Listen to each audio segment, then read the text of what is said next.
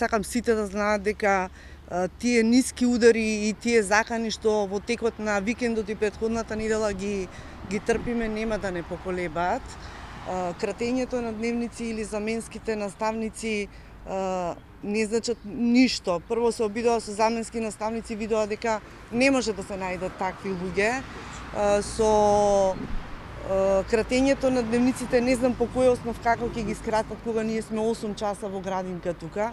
Единствено ми е жал, еве јавно се извинувам како и сите ние што се извинуваме до децата и родителите, им благодарам од се срце што во толков број не поддржуваат. Верувајте, во градинка се само оние деца чии што родители навистина не можат да се снајдат во моментот.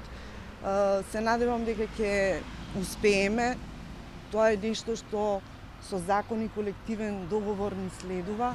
Не бараме ништо повеќе од тоа. Никогаш досега, кога сум штрајкувал, не се случило такво нешто да останат штрајкувачите без дневници.